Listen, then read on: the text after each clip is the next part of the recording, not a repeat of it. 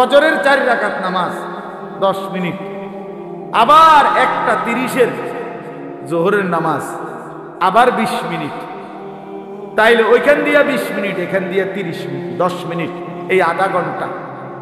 ফজরের জামাত হয় যদি 6টায়, জোহরের জামাত 1:30টায়, মাঝখান দিয়া 7টা, 8টা, 9টা, 10টা, 11টা, 12টা, 1টা, 7.5 ঘন্টার মাথায়।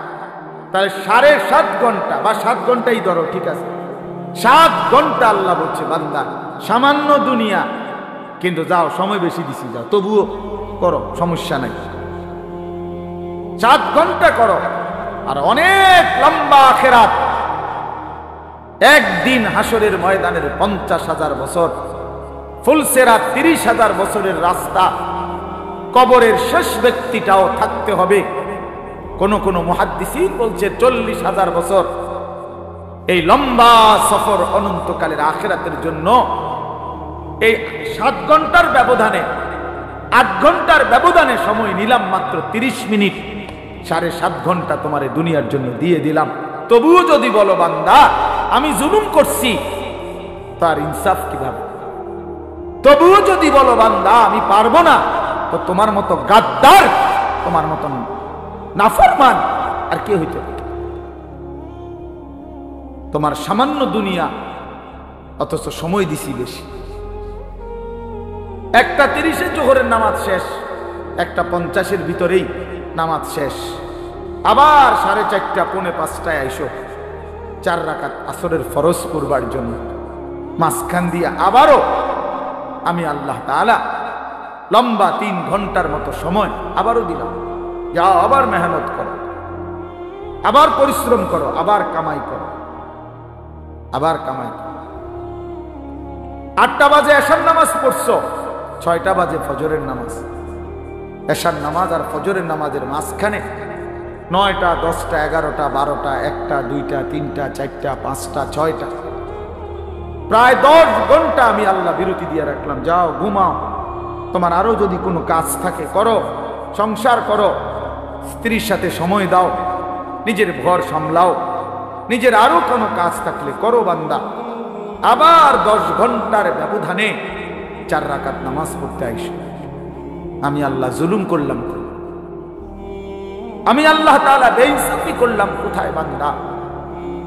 কিন্তু তুমি জালেম, কত বড় নিকৃষ্ট, কত বড় অসভ্য, নির্লজ্জ, বেহায়া, যে তুমি 8 ঘন্টা পরেও, 8 ঘন্টা যেই মালিক হায়াত দিছেন তার জন্য 4 রাকাত নামাজ পড়তেও তুমি রাজি না, 10টা মিনিট দিতেও রাজি না। এর চাইতে বড় জালেম আর কে হইতে পারে? এর চাইতে বড় নাফরমান আর কে হইতে পারে? এই জন্য বাপ, আমি সমস্ত ছেলে তোমাদেরকে অনুরোধ করলাম, দয়া করে বাবা, ভাইবো, তোমরা তোমাদের জিন্দেগি নিয়ে ভাবো। কেউ তোমারে নিয়ে না ভাবলেও, কেউ খেয়াল না করলেও, তুমি মনে রেখো তুমি তো তোমারে আলাদা করতে পারতা না। তোমার শরীর, তোমার দেহ, তোমার অঙ্গ, তোমার হাত পাও, তোমার ভেতর বাহির, এগুলো তো আর তুমি আলাদা করতে পারবা না। কাজে এই দেহ, এই অঙ্গ একদিন হাসরের ময়দানে আল্লাহর সামনে সাক্ষ্য দিবে। কিন্তু আমি অনুরোধ করছি ছেলেরা, ভাইয়া, যদি মনোযোগ থাকে, আন্তরিকতা থাকে, তাইলে এমনি তাকাইয়া শোনো। মোবাইলে ছবি, ভিডিও রেকর্ড কিচ্ছুর দরকার নেই, এমনি বরকত হবে ভাই, এমনি শোনা দরকার। মাঝখান দিয়ে একটু সময়ের জন্য দুষ্টামি করলে, রসিকতা করলে, এতে মনোযোগ থাকে না। আমারও আন্তরিকতা নষ্ট হয়, নিজেরও কোনো পরিবর্তন হয় না। একটি কথা পূর্ণ বুঝবার জন্য ধারাবাহিক মনোযোগ জরুরি, ধারাবাহিক। কোরআনুল কারীমের মধ্যে আছে, আল্লাহ তাআলা বলেন, ওয়াদাক্কির ফাইন্নাদ যিকরা তানফাউল মুমিনিন। এই ছেলে, তোমরা কি বুঝছো মিয়া? না দাঁড়ায় আছো কেন? আল্লাহ তাআলা বলেন, আপনি বারবার উপদেশ দিতে থাকেন, যাক্কির শব্দের অর্থ হলো বারবার, অর্থাৎ আপনি আপনার এই কথাগুলো বারবার বলতে থাকেন। ফাইন্না যিকরা তানফাউল মুমিনিন, নিশ্চয়ই প্রত্যেকবার উল্লেখ করলেই, যতবারই বলবেন ততবারই ইমানদারদের উপকার হবে। এই একবার, দুইবার, 10 বার, 50 বার শুনতে শুনতে, বলতে বলতে একসময় বিবেক জাগবে, অনুভূতি আসবে, ফিকির আসবে যে আহারে আমারে বারবার বলতেছে, আমার প্রতি বারবার নারাজ হইতেছে, আমার তো আসলে বদলানো দরকার। তো একটা সময় তখন পরিবর্তন নসিব হয়। এই জন্য এটা খুব জরুরি, এই বারংবার প্রেসার দেওয়া, বারবার বলতে থাকা, বারবার বলতে থাকা। আম্বিয়ায়ে কেরাম, নবীগণ মানুষদেরকে বারবার আল্লাহর দিকে ডাকতেন। 950 বছর একটানা হযরত নূহ আলাইহিস সালাম একই এলাকার মানুষকে একই অঞ্চলেই আল্লাহর দ্বীনের দাওয়াত দিয়েছেন। এক জায়গাতে, আজকে চিটাগাং, কালকে সিলেট, পরশু খুলনা, এমন না, একই অঞ্চলের মানুষকে, মনে করেন একটা নির্ধারিত সীমারেখার ভেতরেই এই মানুষগুলোকেই তিনি 950 বছর বলে গেছে। হতাশ হন নাই, বলেই গেছে। আমাদের নবী সাল্লাল্লাহু আলাইহি ওয়াসাল্লাম যখন তায়েফের ময়দানে প্রথমবার কালেমার দাওয়াত দিছেন, তখন সবাই প্রত্যাখ্যান করছে, কেউ গ্রহণ করে নাই নবীজির কালেমা, কেউই ঈমান আনে নাই, বরং সবাই নিজেদের বাচ্চা ছেলেপেলেদেরকে লেলায়ে দিছে, পাথর মেরে আল্লাহর নবী সাল্লাল্লাহু আলাইহি সাল্লামকে তাড়ায় দিছে। কিন্তু কিছুদিনের ব্যবধানে ঠিক এই তায়েফ থেকেও অসংখ্য অগণিত লোক কালেমা পড়ে মুসলমান হয়েছে। এবং খন্দকের যুদ্ধের সময় এই তায়েফের একজন সাহাবীর বুদ্ধিমত্তায় খন্দকের বিজয়ের অনেক বড় সহযোগিতা, সাপোর্ট হয়েছে।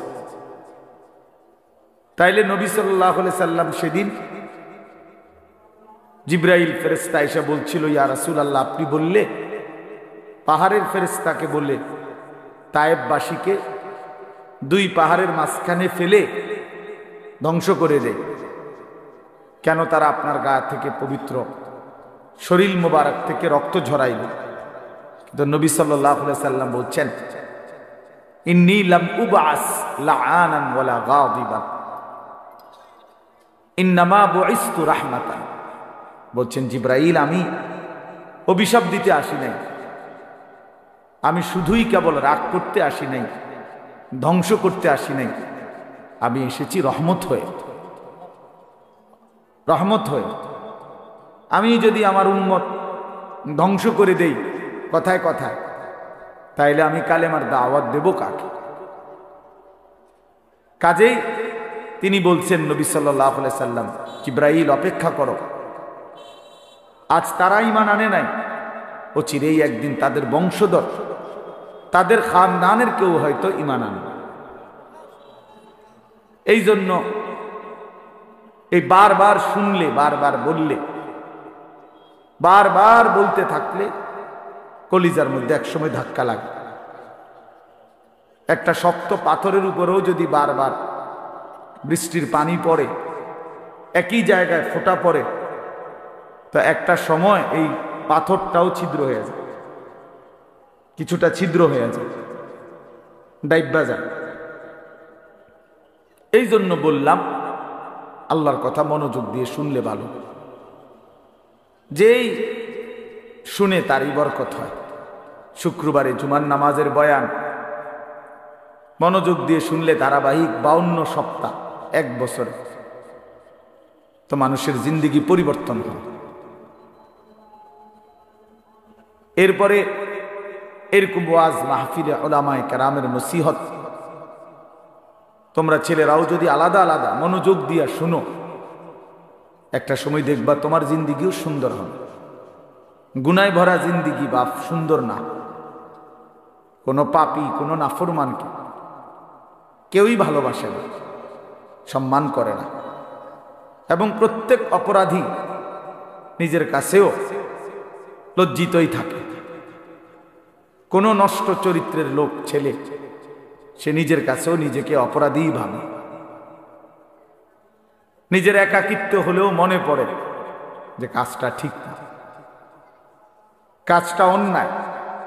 নারী দেখা, ছবি দেখা, নাচ গান, উলঙ্গ দৃশ্য, জিনা, ব্যভিচার, মদ, জুয়া, এই হারামের মধ্যে যারা পড়ে আছে সে একাকিত্বে মনে পড়ে, তার বুঝে ধরে, সেও ভাবে যে কাজটা সুন্দর না।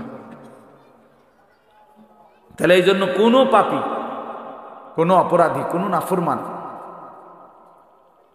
মানুষের কাছেও সম্মান পায় না, নিজের কাছেও নিজে ইজ্জত পায় না, নিজের বিবেকেরও দংশন হইতে থাকে। এই জন্য আমি বললাম গুনাহ, নাফরমানি ইজ্জত দেয় না, সম্মান দেয় না, প্রিয় বানায় না, বরং কিতাবের মধ্যে আছে বুগদাতুন ফি কুলুবিল খালক, প্রত্যেক গুনাহ মানুষের অন্তরে ঘৃণা তৈরি করে। প্রত্যেকটি গুনাহের কারণে বান্দা আল্লাহ তাআলা রহমতের নজর থেকে দূরে সরে যায় এবং একটা সময় বান্দা আল্লাহ তাআলার লানত, অভিশাপের যোগ্য হয়। ফলে তখন আল্লাহ যখন কারো উপরে লানত বর্ষণ করে তো গোটা সৃষ্টি তাকে ঘৃণা করে। এই জন্য তোমরা ছেলেরা মনে রাখো, আমি আজকে ওই আসরের আগে এক জায়গায় বলছি এই কথাটা, তোমরা অনেক ছেলে আছো, একটা মিনিট ভাইবো এই কথাটা, যে তুমি মনে করো দিন রাত মোবাইলে নারী, ছবি, অশ্লীল দৃশ্য দেখো, কখনোই এক ওয়াক্ত নামাজ পড়ো না, কোনোদিন ফজরের নামাজ পড়ো না, নাচ গান, নাটক, সিনেমা, ছবি, এই নিয়েই তোমার রাত কাটে, দিন কাটে, সময় কাটে, অথচ কেউ তোমারে ডাকে না। তোমার মা, তোমার বাবা, তোমার গ্রামের কেউ, কারো তোমারে নিয়ে কোনো মাথা ব্যথা নাই যে ছেলেটা যে আমাদের চোখের সামনে নষ্ট হয়ে যাচ্ছে, চরিত্রহীন হয়ে যাচ্ছে, ফেরাইবার জন্য কারো চেষ্টা নাই, কারো মানসিকতাই নাই। কারণটা কি? তোমার দিকে কারো নজর নাই কেন? তোমার মা বাবা কারোই কোনো ফিকির নাই কেন? এর মূল কারণ হইল এইটাই, মনে রাখো, যে বুঝো বুঝলা, মনে রাখবা যে মূল কারণ হলো গুনাহ যখন মাত্রাতিরিক্ত হয়ে যায় তখন আল্লাহর লানত বর্ষিত হয়।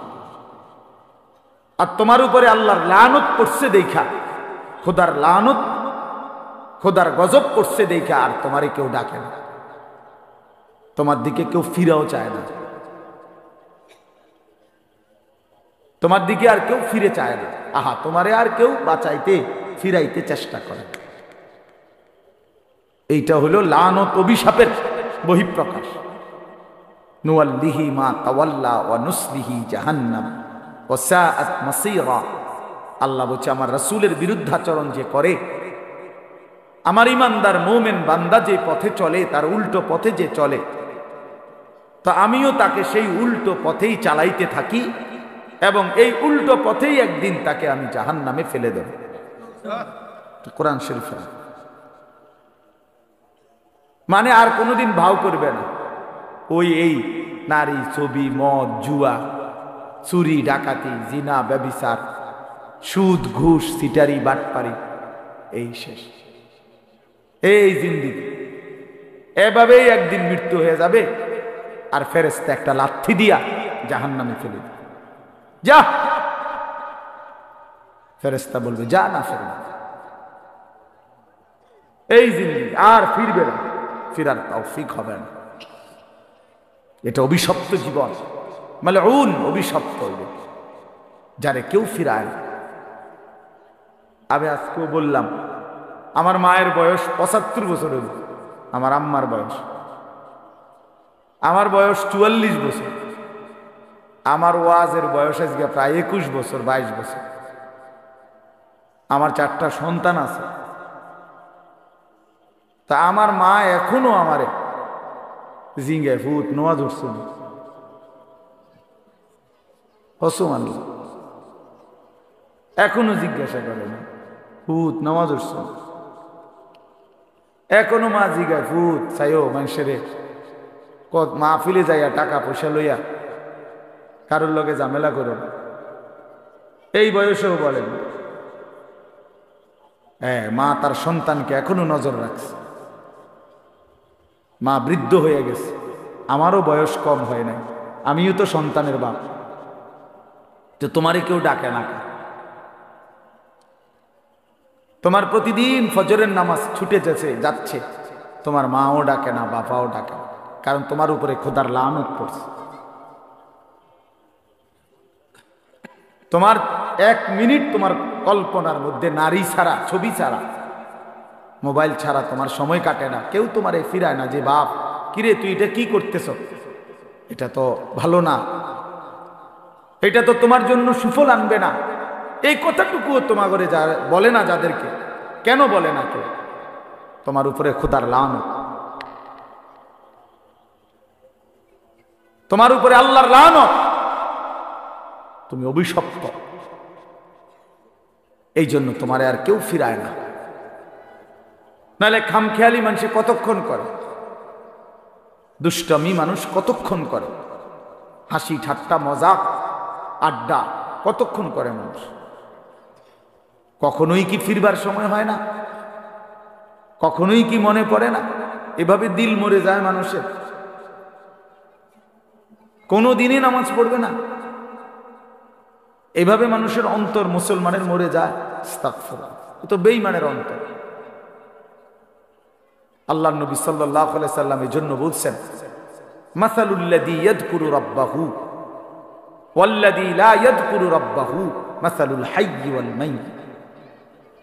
নবীজি বলেন যে আল্লাহ পাকের স্মরণ করে, জিকির করে, বন্দেগী করে, আর যে করে না, তো আল্লাহর নবী সাল্লাল্লাহু আলাইহি ওয়াসাল্লাম বলেন উভয়ের উদাহরণ হলো মাসালুল হাইয়্যি ওয়াল মাইয়্যিত, জীবিত এবং মৃত ব্যক্তির মতো। একজন জীবিত আরেকজন মৃত। আল্লাহর গোলামি স্মরণ যার মধ্যে আছে, নবীজি বলছে সে জীবিত। আর আল্লাহর বন্দেগী যার মধ্যে নাই, আল্লাহর স্মরণ নাই, সে মৃত। সে মৃত। আল্লাহর নবী সাল্লাল্লাহু আলাইহি সাল্লাম বলেন, ইন্নাল্লাযী লাইসা ফি জাওফিহি শাইউম মিনাল কুরআন কাল বাইতিল খারিব। নিশ্চয়ই যার অন্তরের মধ্যে কিছু পরিমাণ কোরআনের জ্ঞান, কোরআন নাই, 10টা সূরাও পারে না, 5টা সূরাও পারে না, আল্লাহর কোরআনের কোনো ফিকিরে তার দিলের মধ্যে নাই, আল্লাহর নবী বলছেন ওই অন্তর হলো কাল বাইতিল খারিব, আলগা বাড়ি, সারা বাড়ির মতো। যেই বাড়ি মানুষ এখন আর বসতে কাজে ব্যবহার করে না, হয়তো এটা পুরান বাড়ি ছিল আগে, অন ভাঙ্গা টেঙ্গা গেছে, বেড়া টেরা পড়িয়া গেছে, টিন খুইয়া গেছে, দরজা ভাঙ্গা গেছে, সারা বাড়ি আর কি, আলগা বাড়ি, বিরান ঘর, যে ঘরে আর থাকে না এখন। ফলে ওই ঘরে এখন কি থাকে? ওই ঘরে এখন কুত্তা থাকে, বিড়াল থাকে, সাপ থাকে, কেঁচো থাকে, এই সমস্ত প্রাণী থাকে, কুকুর বিড়াল থাকে, সাপ বিচ্ছু থাকে, এগুলো থাকে। আল্লাহর নবী সাল্লাল্লাহু আলাইহি সাল্লাম বলছেন যে কলিজার ভিতরে আল্লাহর কোরআন নাই, ওই দিলের মধ্যে কুত্তা থাকে, ওই দিলের মধ্যে শূকর থাকে, ওই দিলের মধ্যে বিড়াল থাকে, ওই দিলের মধ্যে সাপ থাকে, বিচ্ছু থাকে, মানুষ থাকে। ওটা সারা বাড়ি, ওটা আলগা বিরান ঘর, ওটা মরুভূমি, এটা মরিচিকা, ওটা হাহাকার। ফলে আর তার কোনো গন্তব্য নাই, জীবনের কোনো আগা মাথা নাই, জিন্দেগির কোনো হিসাব কিতাব নাই। রাত হয় কখন, দিন হয় কখন, কোন নামাজের ওয়াক্ত আসে কখন, যায় কখন। জানোয়ারের আবার এত কিছু দরকার কি? কুত্তা এগুলা দিয়ে করবে কি? শুকরে এগুলা দিয়ে করবে কি? তাহলে মানুষ রূপী যেই জানোয়ার আল্লাহকেই ভুলে গেছে, হ্যাঁ, এই জানোয়ারের রাত কি আর দিন, এই জানোয়ারের শুক্রবার কি আর শনিবার কি, এই হাইওয়ানের আবার জীবন কি? সারাক্ষণ একই রকম, সব দিন বরাবর, সব মাস বরাবর। আমরা হিসাব করি আলহামদুলিল্লাহ।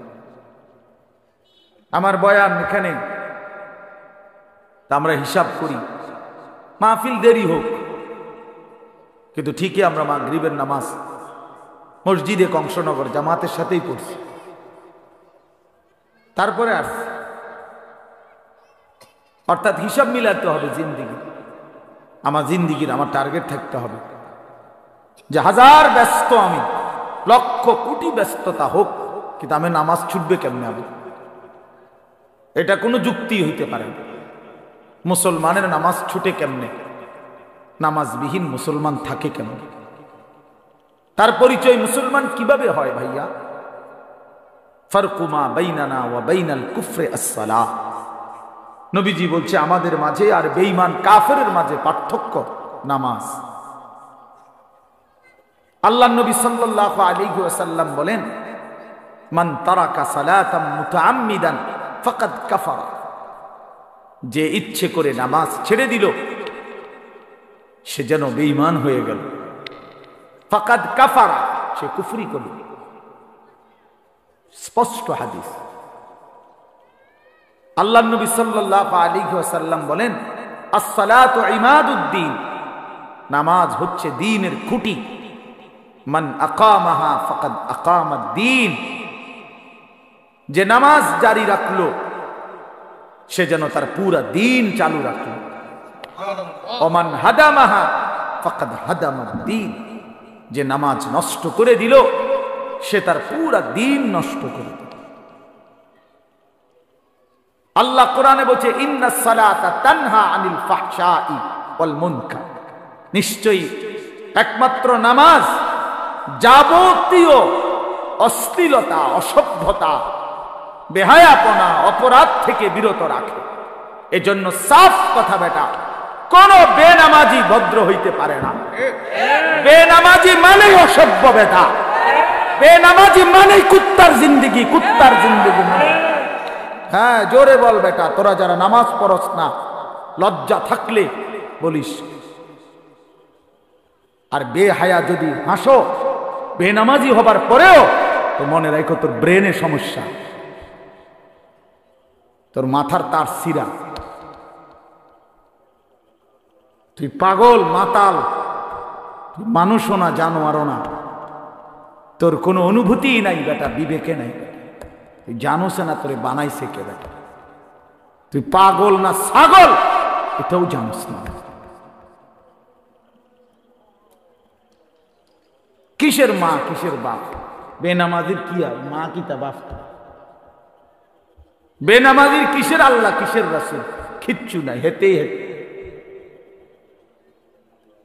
তার আবার মা কিভাবে হবে? সে তার মা তো মুসলমান, তার বাবা তো মুসলমান, সে তো তার বাবাকে চিনে না, সে তো তার মায়ের ইজ্জত বোঝে না। অতএব বেনামাজি অনেকটা বেওয়ারিশের মতো, লাওয়ারিশ। এই জন্য বন্ধু মনে রাখ, নিজের হিসাব মিলানো, নিজেকে বুঝা, নিজেকে চিনা অনেক বড় সম্পদ, অনেক বড় নিয়ামত। এর জন্য হাসি দিয়ে উড়াই দিও না। এক হুজুর সুন্দর বলছে, শুধু এটাই ভেবো না যে হুজুর ভালোই বলছে। না ভাইয়া, তুমি ভাবো তোমার জিন্দেগি এত অধপতন কেন? একেবারে সামান্য একটা বিষয়। আমরা এখন 5 রাকাত নামাজ পড়ছি মাগরিব, কত 10 মিনিট সময় লাগছে, খালাস। সমস্যা কি? 4 রাকাত ফজরের নামাজ পড়তে কত 10 মিনিট সময় লাগে? এটা এত কঠিন কিছুই না, কিছুই না। এটা কঠিন, কোনো কঠিন হতেই পারে না। কোরআন শরীফ আছে, ইউরিদুল্লাহু বিকুমুল ইউসরা ওয়ালা ইউরিদু বিকুমুল উসরা। আল্লাহ বলে, বান্দা আমি আল্লাহ তোমাদেরকে সব বিষয়ে সহজ করতে চাই, কোনোভাবেই বান্দা আমি তোমার উপরে কঠিন কিছু চাপায় দিতে চাই না। মা জাআলা আলাইকুম ফিদ দীনি মিন হারাজ। আল্লাহ বলেন, আমি আল্লাহ দ্বীনের নামে, ইসলামের নামে, কোরআনের নামে আমার কোন শরীয়ত, আমার কোন বিধান আমি এমন একটাও বানাই নাই যেটা হারাজ, কষ্ট হয়ে যাবে, মুসিবত হয়ে যাবে, অনেক বড় পেরেশানি হয়ে যাবে তোমার জন্য। না না, আমি এমনটা বানাই নাই। মা জাআলা আলাইকুম ফিদ-দীন মিন হারাজ। আল্লাহ নবী সাল্লাল্লাহু আলাইহি ওয়াসাল্লাম বলছেন, আদ-দীনু ইউসরুন, দিন সহজ, ইসলাম মানা সহজ, সহজ, একেবারেই সহজ। স্বাভাবিক তালেই আমার শায়েখ আল্লামা মুফতি মুশতাকুন নবী কাসেমী হুজুর সেদিন আমাদের মাদ্রাসায় কিশোর যুব ইসলাহি মজলিসে, আমরা আলাদা 16 বছর থেকে 30 বছর বয়সী পর্যন্ত ছেলেদের আলাদা ইসলাহি মজলিস করছিলাম আমার মাদ্রাসা। 8ই ফেব্রুয়ারি প্রায় 600-র মতো ছেলে উপস্থিত হয়েছিল, শুধু ছেলে, সব নওজোয়ান। হুজুর সেখানে বলছিলেন এই ব্যাপারে বিস্তারিত যে আমাদের জীবনের দুইটা অংশ, একটা হলো দুনিয়া, আরটা হলো আখিরাত। দুনিয়ার জন্য আমাকে করতে হবে কর্ম, আখিরাতের জন্য আমাকে পালন করতে হবে ধর্ম। এই আমার জিন্দেগি। দুনিয়ার জন্য আমি কর্ম করব, আখিরাতের জন্য আমি ধর্ম পালন করব। কর্ম এবং ধর্ম, এই আমার জিন্দেগি। কিন্তু হুজুর বলছেন দুনিয়া স্বল্প সময়ের, আখিরাত অনন্তকালের। কিন্তু আল্লাহ পাক দয়া করে অনন্তকালের আখিরাতের জন্য ধর্মের বিধান দিয়েছেন সামান্য, সামান্য সময়ের দুনিয়ার জন্য কর্মের সুযোগ দিয়েছেন অনেক বেশি, অনেক বেশি। ফজরের 4 রাকাত নামাজ 10 মিনিট, আবার 1:30-এর জোহরের নামাজ আবার 20 মিনিট। তাইলে ওইখান দিয়ে 20 মিনিট, এখান দিয়ে 30 মিনিট, 10 মিনিট, এই আধা ঘন্টা। ফজরের জামাত হয় যদি 6টায়, জোহরের জামাত 1:30টায়, মাঝখান দিয়ে 7টা, 8টা, 9টা, 10টা, 11টা, 12টা, 1টা, 7.5 ঘন্টার মাথায়। তাহলে 7.5 ঘন্টা বা 7 ঘন্টাই ধরো, ঠিক আছে, 7 ঘন্টা আল্লাহ বলছে বান্দা সামান্য দুনিয়া, কিন্তু যাও সময় বেশি দিছি, যাও তবুও করো, সমস্যা নাই, 7 ঘন্টা করো। আর অনেক লম্বা আখিরাত, একদিন হাসরের ময়দানের 50,000 বছর, ফুলসেরাত 30,000 বছরের রাস্তা, কবরের শেষ ব্যক্তিটাও থাকতে হবে।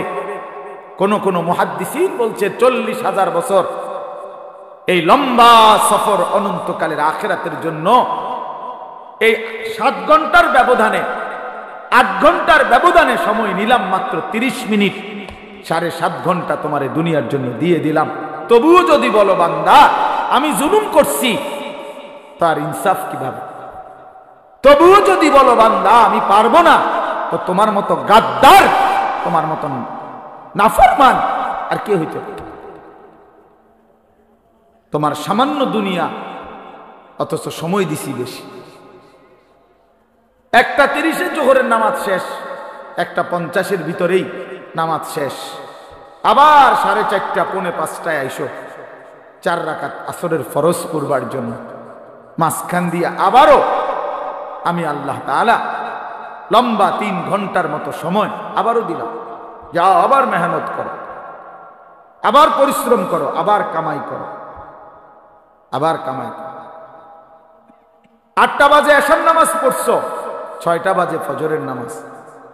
এশার নামাজ আর ফজরের নামাজের মাঝখানে 9টা, 10টা, 11টা, 12টা, 1টা, 2টা, 3টা, 4টা, 5টা, 6টা, প্রায় 10 ঘন্টা আমি আল্লাহ বিরতি দিয়ে রাখলাম। যাও ঘুমাও, তোমার আরো যদি কোনো কাজ থাকে করো, সংসার করো, স্ত্রীর সাথে সময় দাও, নিজের ঘর সামলাও, নিজের আরো কোনো কাজ থাকলে করো বান্দা।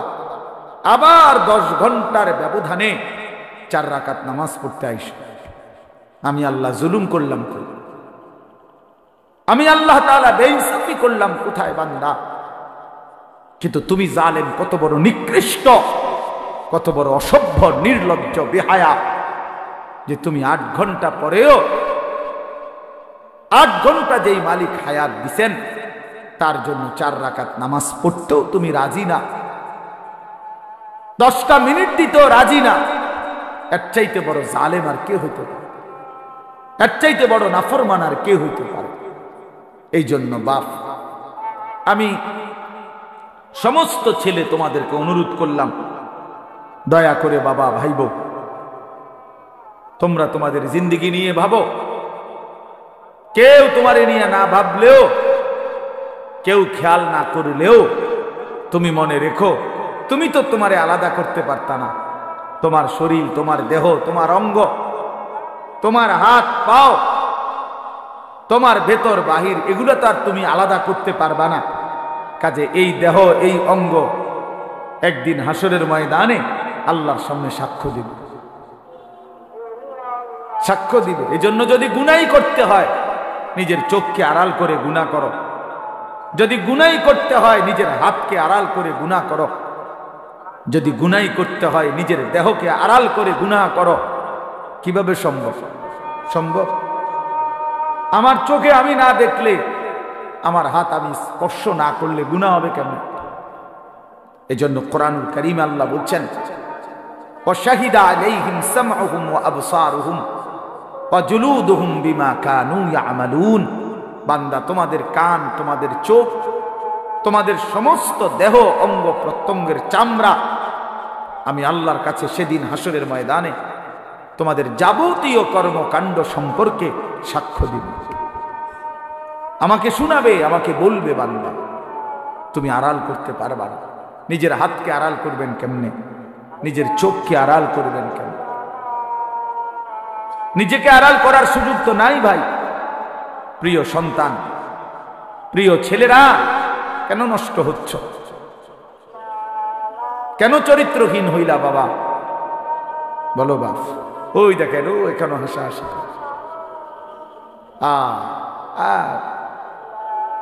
চুল ধরে মানে এই হইল পোলা ফাইলের কি করে, মানে কেন এখানে না শুন? এ চলতে ফিরতে, হাঁটতে ঘুরতে একটা আরেকটারে লাত্তি দেয়, একটা আরেকটারে টাইনা ধরে, একটা চুল ধরে, একটা বেটকায়, একটা আঞ্জা দিয়া ধরে, মানে কি করে? পাগল মাথা। আহা, দেখেন আপনারা ছেলে পেলেদের চাল চলনে, মানে একেবারেই শূন্য, বিচ্ছিন্ন। পৃথিবীতে কোনো মানুষ আছে তারে কেউ দেখে এটা দ্বারা কোনো লজ্জা শরম হইতে পারে? কিচ্ছু বোঝে না, কিচ্ছুই বোঝে না, কিচ্ছু বোঝে না। কি মুরব্বী আছে না, মানুষে দেখে না, আলেম ওলামা দেখে না, হেতে হেতের এত বিকৃত। আল্লাহর নবী সাল্লাল্লাহু আলাইহি ওয়াসাল্লামের জন্য হাদিস আছে দোস্ত। আল্লাহর নবী বলছে, কিছু মানুষের দিল ওয়াল কালকুজ মিরবাদান। নবীজি বলছেন, কিছু মানুষের দিল থাকে এরকম উল্টানো। এই যে এটা উল্টানো, মনে করেন এইটা উল্টানো হইলে, এইবার এইটার উপরে যদি এখানে আটলান্টিক মহাসাগরের পানিও ঢালে, এটা পুড়বে না। পুড়বে? এটা কেন পুড়বে না? উল্টা, উল্টা। এটা রাসূলুল্লাহ সাল্লাল্লাহু আলাইহি ওয়াসাল্লাম বলছেন, কিছু নাফরমানের কলিজা উল্টানো থাকে, দিল উল্টানো থাকে। লা ইয়ারিফু মা'রুফান ওয়া লা ইউনকিরু মুনকারান। তখন আর সে কোনো ভালোও বুঝে না, কোনো মন্দও বুঝে না, কিছুই বুঝে না, কিছুই বোঝেন। উলাইকা কাল আনআম। আল্লাহ তাআলা বলে, এই মানুষগুলোই হচ্ছে জানোয়ার, এরাই জানোয়ার, যাদের কাছে আলো অন্ধকারের কোনো পার্থক্য নাই, যাদের কাছে রাত দিনের কোনো পার্থক্য নাই, যাদের কাছে হালাল হারামের কোনো পার্থক্য নাই, যাদের কাছে পাক নাফাকের কোনো পার্থক্য নাই, যাদের কাছে জায়েজ না জায়েজের কোনো পার্থক্য নাই, হালাল টাকাও খায়, সুদের টাকাও খায়, আপন মাকেও দেখে, রাস্তার নারীকেও দেখে, আপন বোনকেও দেখে, পরের বোনকেও দেখে, যার কাছে কোনো হালাল হারাম বলতে কিছুই নাই, শরীর নাপাক, পেশাব পায়খানা করে পবিত্রতা অর্জনের কোনো দাঁড় দাঁড়ে না। তো আল্লাহ নবী সাল্লাল্লাহু আলাইহি সাল্লাম বলেন, মূল কারণ এমন কেন? এই নাফরমানের কলজা উল্টানো। এই নাফরমানের দিল উল্টায় দিছে আল্লাহ। ইন্না কুলুবাল ইবাদ বাইনা ইসবাআইন মিন আসাবি'ir রহমান ইউকাল্লিবুহু কাইফা ইয়াশা। হাদিসের মধ্যে আছে, আল্লাহর নবী সাল্লাল্লাহু আলাইহি সাল্লাম বলেন, নিশ্চয়ই মানুষের দিল আল্লাহ পাকের কুদরতি এই দুই আঙ্গুলের মাঝে, আল্লাহর কুদরতি দুই আঙ্গুলের মাঝে তিনি যেভাবে ইচ্ছে এই দিল উলট পালট করতে পারেন। এই জন্য আমাদের নবী সাল্লাল্লাহু আলাইহি সাল্লাম ভাইয়া, নবীজি 5 ওয়াক্ত নামাজের পরে একটা দোয়া করতেন। অনেকগুলো দোয়ার মধ্যে এটাও একটা দোয়া নবীজি নিয়মিত করতেন, ইয়া মুকাল্লিবাল কুলুব সাব্বিত কলবি আলা দীন। হে অন্তর সমূহের উলট পালটকারী, আপনি আমার দিলটা আপনার দ্বীনের উপরে মজবুত রাখেন। সুখে থাকি দুঃখে থাকি আপনাকে যেন না ভুলি, রাতে থাকি দিনে থাকি আপনাকে যেন না ভুলি, একাকী থাকি প্রকাশ্যে থাকি আপনাকে যেন না ভুলি। সব প্রত্যাশা মতো পাই কিংবা না পাই, মাওলা আপনারে যেন না ভুলি, আপনারে যেন না ভুলি, আপনারে যেন না ভুলি। আপনাকেই যদি হারিয়ে ফেলি তো মোমেনের আর থাকলো কি? আপনারই যদি পেয়ে যাই মোমেনের আর হারালো কি? হারালো। जो तू मेरा तो सब मेरा, যখন আল্লাহ আমার সবই আমার। अगर एक तू नहीं मेरा तो कोई शै नहीं मेरी, যখন আল্লাহ আমার নাই কিছুই আমার না। আমরা কিতাবে পড়ছি, বুজুর্গদের মুখে শুনছি। আমার ঢালকানগর হযরত কুতবে আলম আরিফ বিল্লাহ হযরত মাওলানা শাহ আব্দুল মতিন বিন হুসাইন দামাত বারাকাতুহুমুল আলিয়া, আমি হযরতের মুখেও বহু শুনছি। এই ভারতীয় উপমহাদেশে একজন বড় বুজুর্গ ছিলেন, সাইয়্যিদুত তাইফা হাজী ইমদাদুল্লাহ মুহাজিরে মক্কি রাহমাতুল্লাহ আলাইহি। জগৎ বিখ্যাত বুজুর্গ ছিলেন, আল্লাহর ওলি ছিলেন। তো উনি যখন মুনাজাত করতেন, আল্লাহর কাছে কিছু চাইতেন, তখন তিনি বলতেন, চাই মাওলা, আপনার কাছে দুনিয়ার কত মানুষ কত কিছু চায়, বাড়ি চায়, গাড়ি চায়, কত প্রয়োজনের কথা আপনার কাছে বলে, আর আমি আমদাদুল্লাহ আপনার কাছে, আপনি আল্লাহকেই চান, আমার আর কিচ্ছু লাগবে। কুই তুঝসে কুছ और कोई कुछ मांगता है, मैं हो तुझसे या रब तलबगारे तेरा। আল্লাহ কেউ এটা চায়, কেউ ওটা চায়, আমি না আপনার কাছে আপনাকেই চাই, আপনার কাছে আপনাকেই চাই। আপনি আমার হয়ে গেলে আর বাকি থাকলো কি? আপনি আমার না হলে আমি আর পেলাম কি? ওয়াল্লাযীনা আমানু আশাদ্দু হুব্বাল লিল্লাহ, রব্বুল আলামিন বলে যারা মুমিন তাদের সবচাইতে বেশি ভালোবাসা আল্লাহর জন্য। কার জন্য? ইয়া আইয়ুহাল্লাযীনা আমানু মান ইয়ারতাদ্দা মিনকুম আন দীনিহি ফাসাউফা ইয়াতিল্লাহু বিকওমিন ইউহিব্বুহুম ওয়া ইউহিব্বুনাহু। আল্লাহ বলেন, হে ঈমানদার মুমিন, মনে রেখো, গোটা পৃথিবী যদি আমি আল্লাহর বিরোধিতা করে, আমি আল্লাহর দ্বীন থেকে যদি মুরতাদ হয়ে যায়, কোনো সমস্যা নাই, আমি তৎক্ষণাৎ নতুন জাতি নতুন মানুষ আবার তৈরি করব। জমিনে আমি এমন মানুষ সর্বদাই রাখব, এমন একটা দল জমিনে আমার সব সময় থাকবে, ইউহিব্বুহুম ওয়া ইউহিব্বুনা, যারা আমাকে ভালোবাসবে, আমি আল্লাহ যাদেরকে ভালোবাসবো।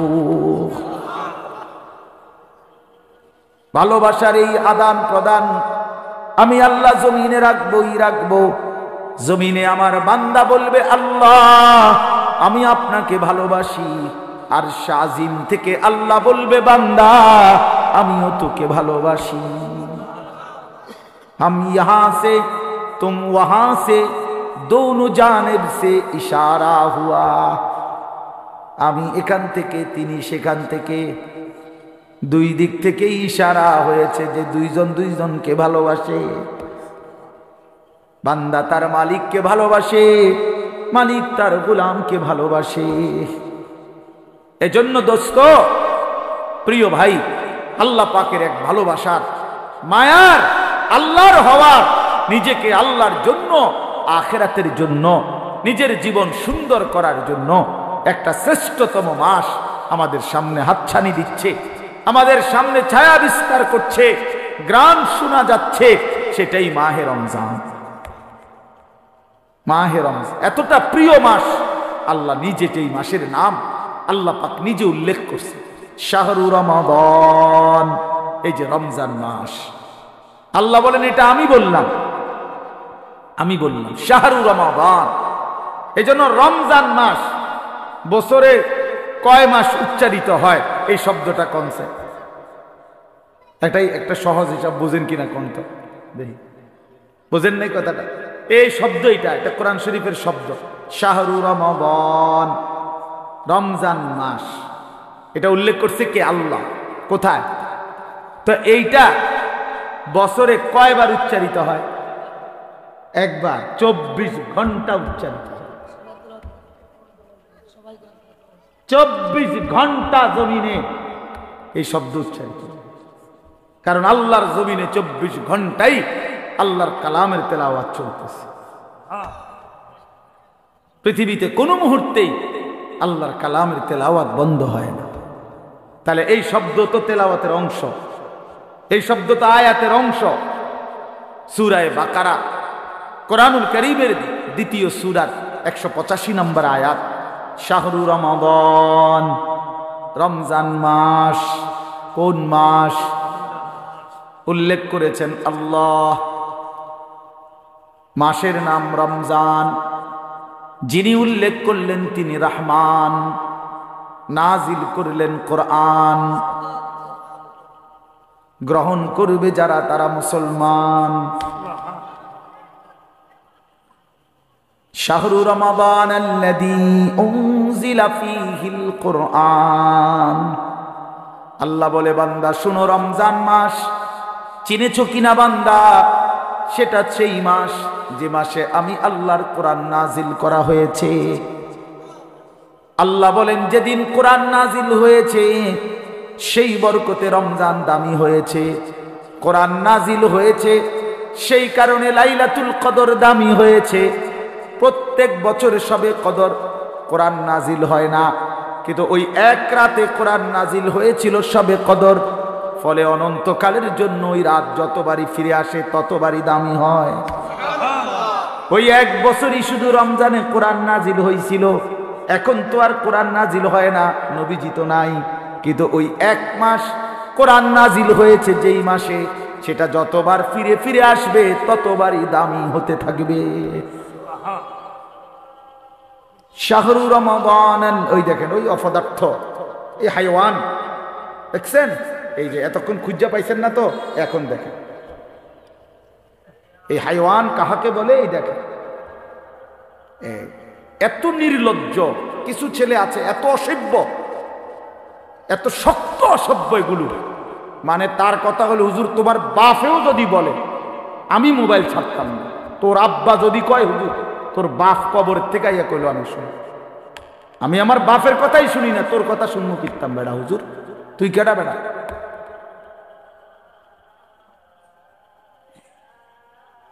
এইসা জানোয়ার, এইসা জিন্দেগি, সিদ্ধান্ত এটা। মানে পৃথিবীতে প্রয়োজনে মরে যাব, হাত পাও খুললেও যদি রাখা দেয় তারপরও মোবাইল ছাড়ব না। প্রয়োজনে বাপ ছেড়ে দেব, প্রয়োজনে মা ছেড়ে দেব, প্রয়োজনে ধর্ম ছেড়ে দেব, প্রয়োজনে আল্লাহ ছেড়ে দিলাম, প্রয়োজনে জাহান্নামকেই বুকে নিলাম, কিন্তু মোবাইল আমি ছাড়ব না।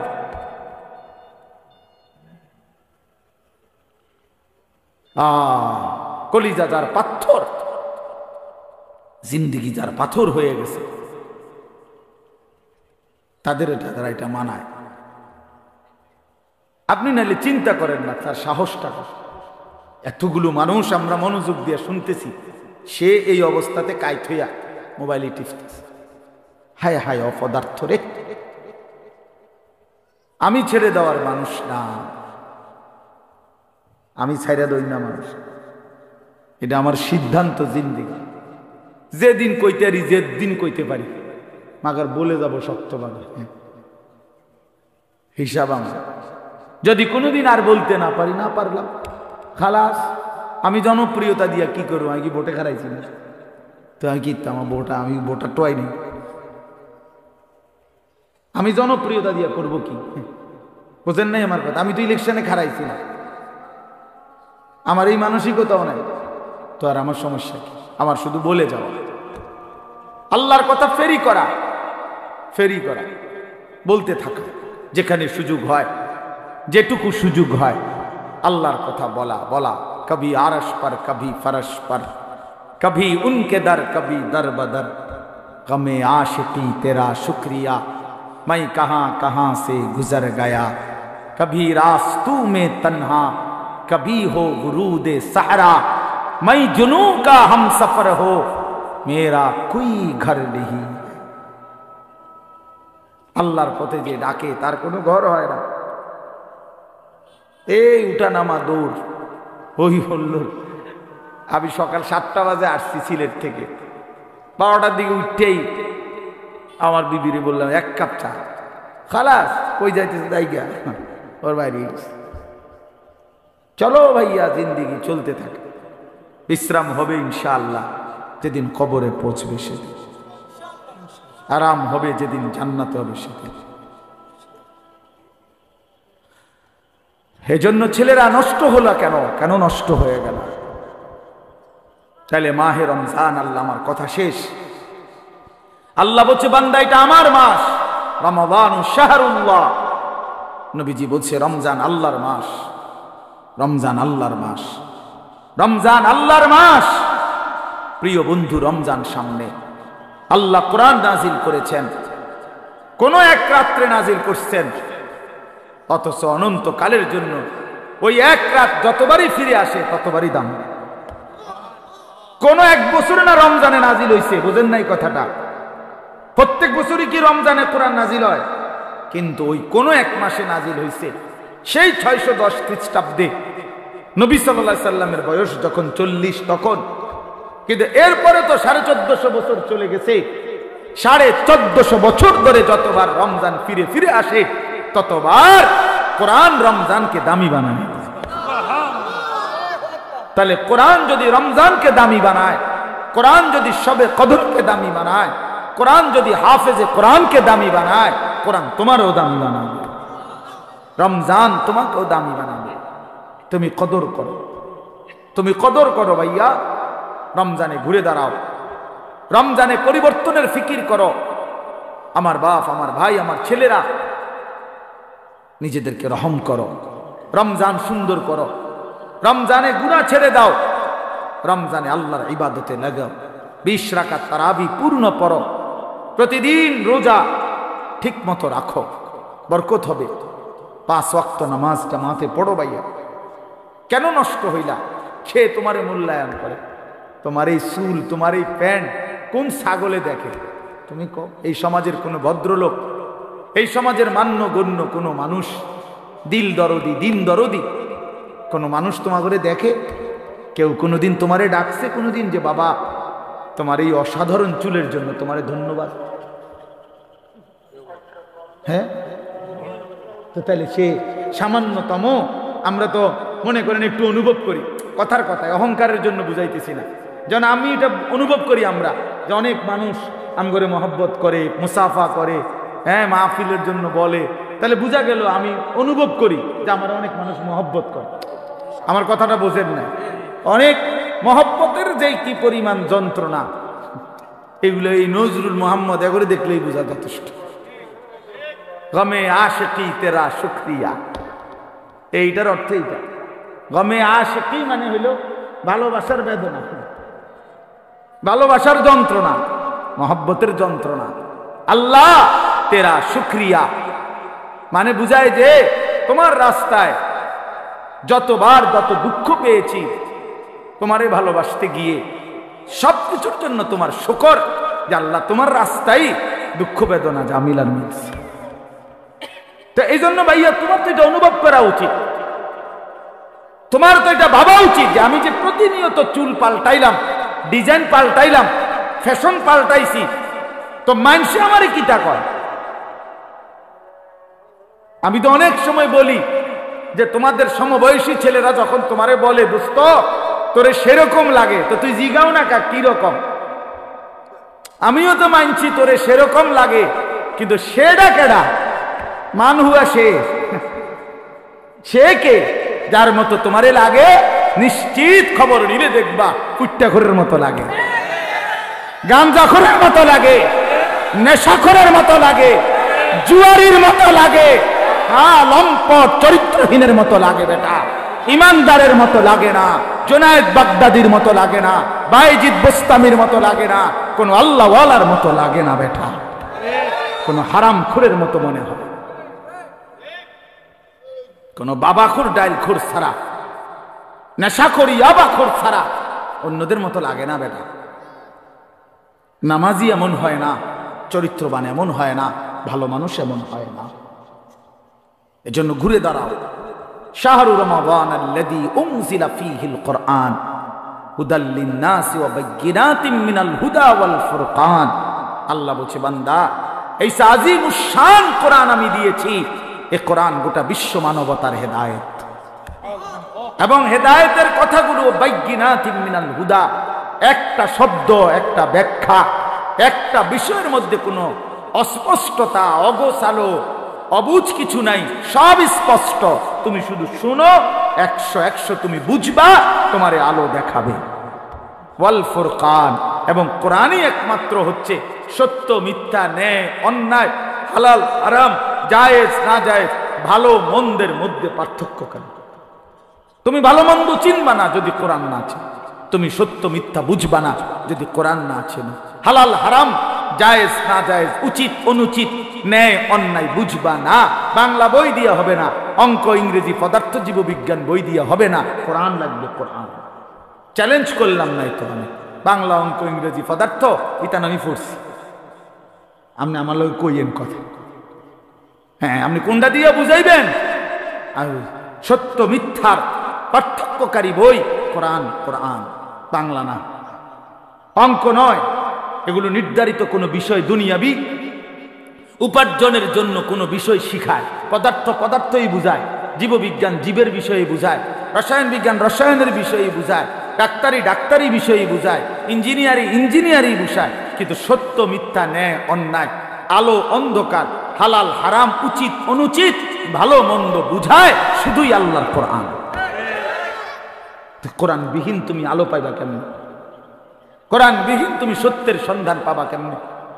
অতএব আল্লাহ তাআলা বলছে বান্দা, কোরআন নাজিলের মাস রমজান, ফামান শাহিদা মিনকুমুশ শাহরা ফালিয়াসুমহু।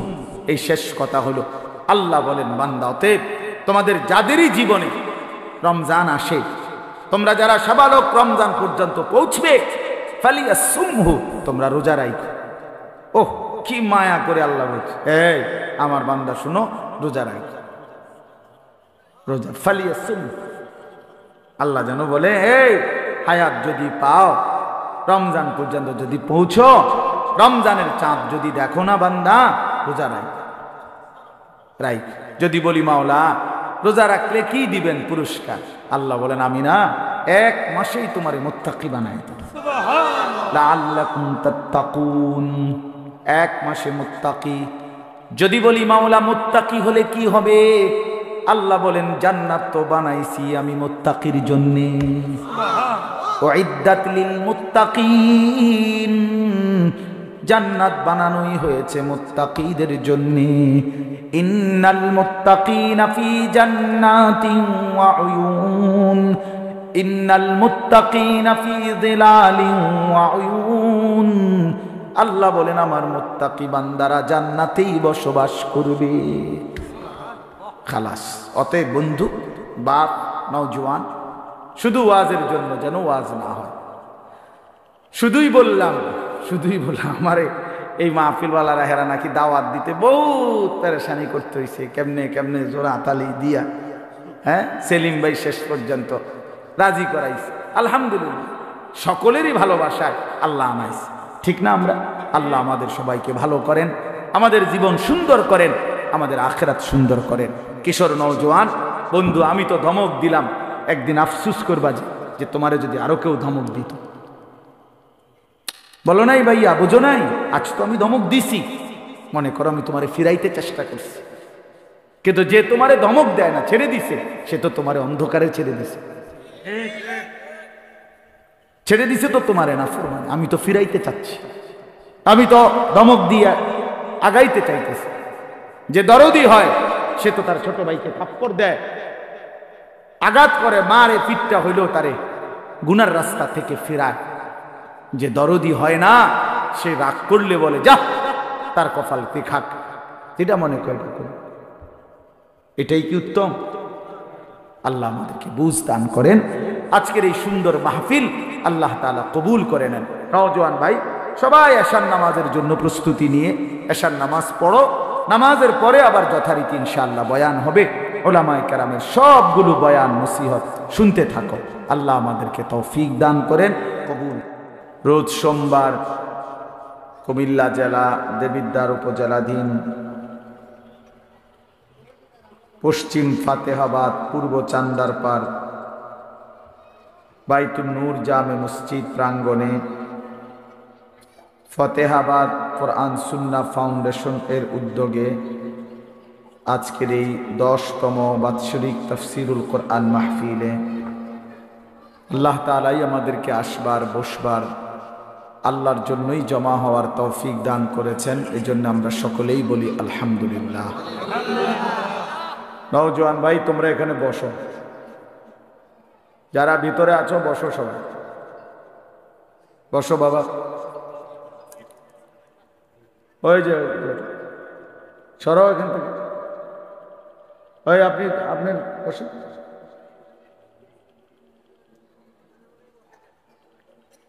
দয়া করে কেউ মোবাইলে, হাতে ধরা মোবাইল ভিডিও বা রেকর্ড করা যাবে না ভাইয়া, এটা নিষেধ করলেন।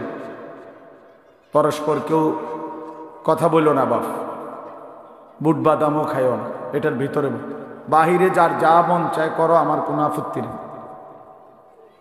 প্যান্ডেলের সীমানার বাইরে তোমার যেটা মন চায় তুমি উঠে গিয়ে করো, আমার কোনো আপত্তি নেই।